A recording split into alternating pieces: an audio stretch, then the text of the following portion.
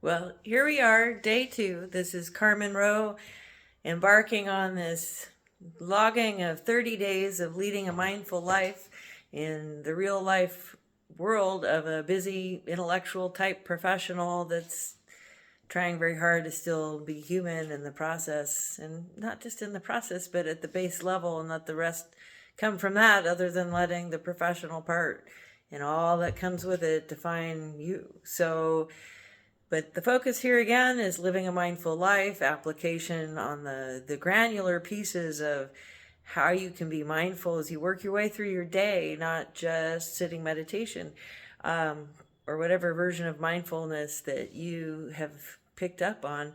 And I did a video already and probably going to dump it. We'll see, because I was sitting here waiting for it to save and took longer than I thought it would. So you're sitting here a few seconds, and it would have been really easy for me to just turn to what I'm going to do next. And one of the ways that I will be working on this that is a way to stop and be mindful for a few moments is for the maybe 45 seconds that it took for the video to save in the format. I just sat here and waited and took a few breaths and looked outside, and it's actually this gorgeous day. I don't know how well you can see this from through the window, but we've got just a beautiful sunny day, and that actually leads to some interesting questions, because one of the things I'm sitting here to do is to play my piano, which is a surprising big step considering how motivated I am to do it. And that's part of the discussion today. I got up this morning, day 2 of a whole new adventure and new habits, and promptly lost focus on what I was on, that whole part of my intent. I got up not late, but really tired, for all kinds of reasons, and was getting ready and working really hard to get to a community event, volunteer event, on time, which can be a challenge for me. And it was really important to me. I was helping out a good friend. She's a seroptimist. It was for young women, 6th, 7th, and 8th grade. It was a fantastic program and meant a lot. And so a combination of a certain amount of anxiety and just trying to wake up and get out the door. And I get there, you're interacting with everybody. And then there was some downtime, and I'm working on my Spanish on the phone because I missed the memo about bring a book or whatever, and hadn't really connected with anybody to chit chat at that point. And it's not always my thing, although more so these days. And just flat out forgot. Wait, stop and be mindful for a second, or be aware as you're walking or driving or whatever it is you do, because that's the point. That you have all these, every millisecond is an opportunity and a potential moment of mindfulness. And so there you go, day 2, already stumbling, but that is exactly the point. That is what we do. And until it's a well ingrained habit, like any other habit, you have to think about it. So then there's, how do you get to thinking about it? Maybe I should have left a post-it on the mirror. I don't know. I thought it would be so obvious, and it is. And it's okay. And it was actually a great lesson to stop for half a second. And all I did to start, because this is about talking about some of the granular, get past the concepts, but how do you get it happening in your life? I'm sitting at a table working on my Duolingo, completely delighted to kind of being in the middle of this mild activity, but not being part of it is kind of a peaceful moment. And then, so wait a minute. So I took a second, and literally, this sounds silly. If you know it, you know it. If you don't, I hope you discover it. Feel your feet. Or in that case, I was sitting on a hard chair. It's like, okay, feel your butt, feel where you're touching the chair. And for me, maybe for a lot of you, that can actually be pretty hard, to bring yourself down into your body, especially when you've been in your head to kind of accomplish something and interact and talk to people.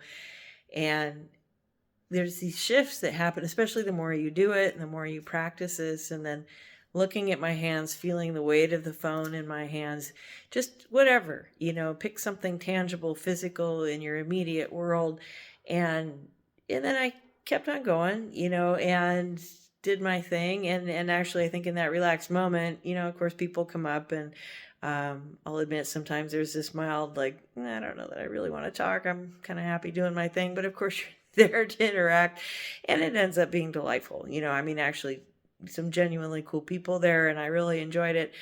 But there you go. You're kind of hurtling through life. And even when it's really great, you forget to be mindful. You can forget to breathe. You forget to be present. And I pretty quickly came upon more opportunities. I dropped in on one of the classes for the girls, and I'm listening, and I have all these thoughts or things I might want to say or write down for my own future reference or whatever. And it caught myself in like, just listen. Not easy. Not easy for busy people who have things on their mind.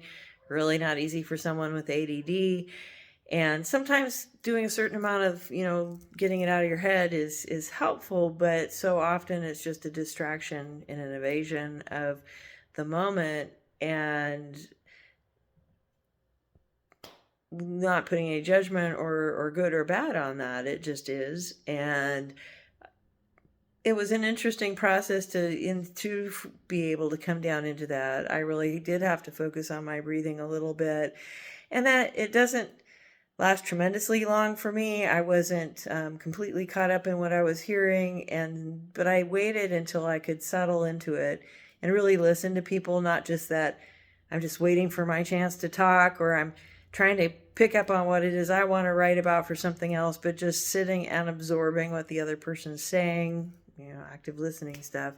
And then I left and I went down and did my thing and got into some great conversations. But then again, noticing is a big part of mindfulness. Just simple noting what your body and your mind, your emotions are going through. That is mindfulness.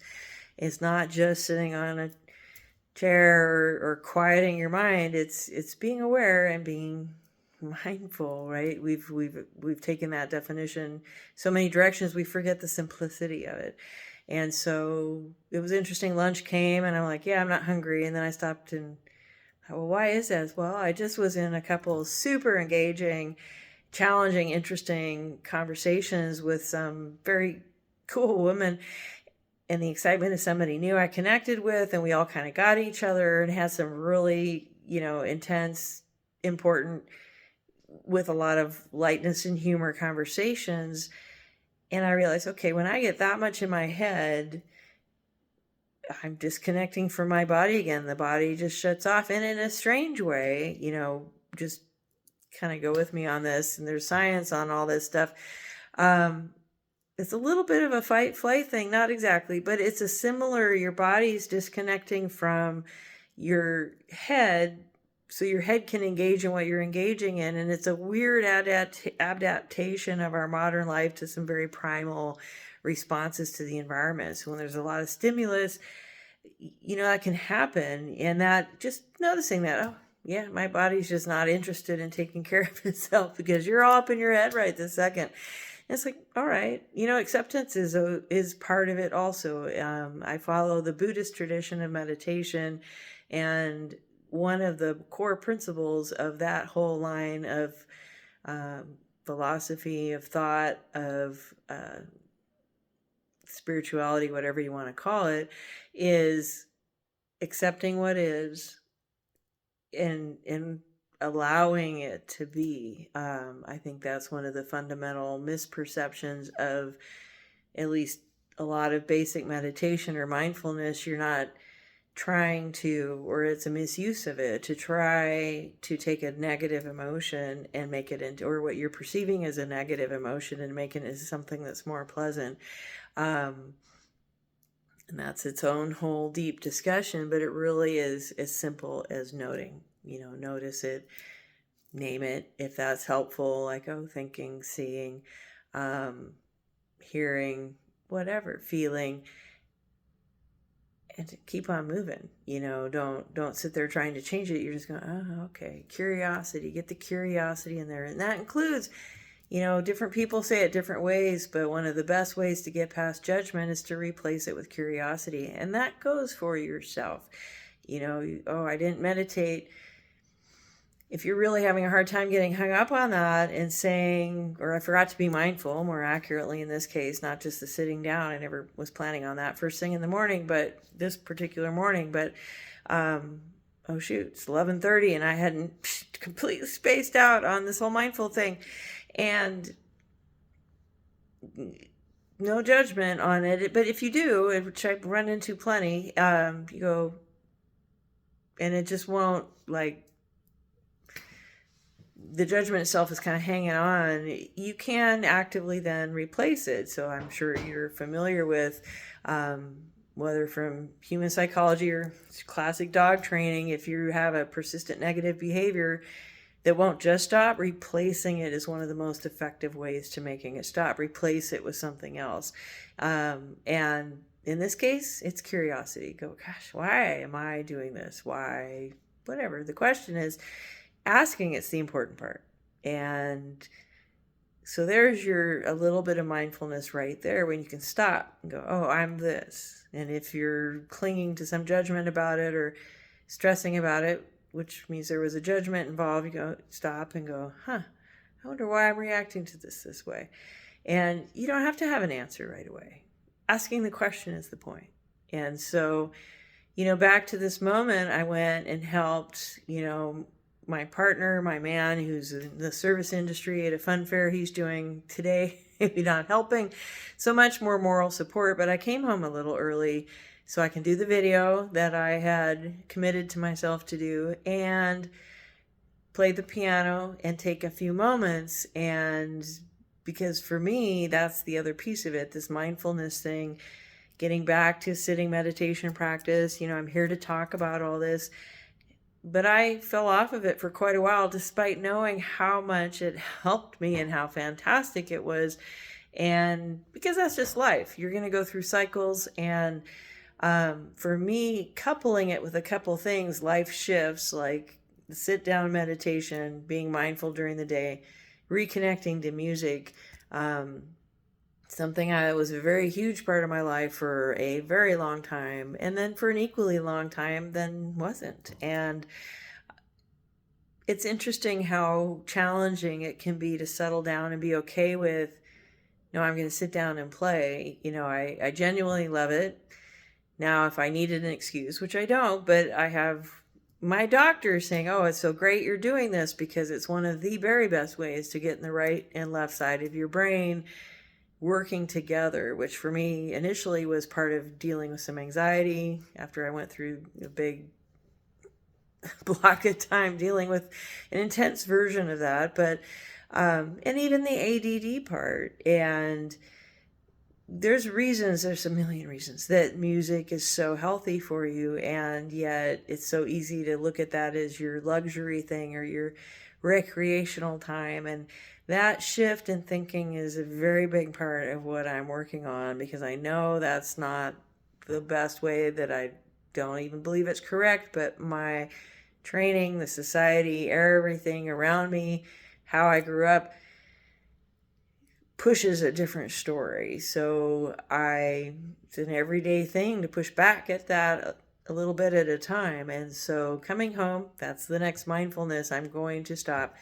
And I started this video talking about, while I'm sitting there waiting for the other one to upload, I waited. Instead of turning around, I'll just let it upload and start playing. No, I'm going to wait until it's done and finish this task and then move to the next one. That's another big mindful piece for me.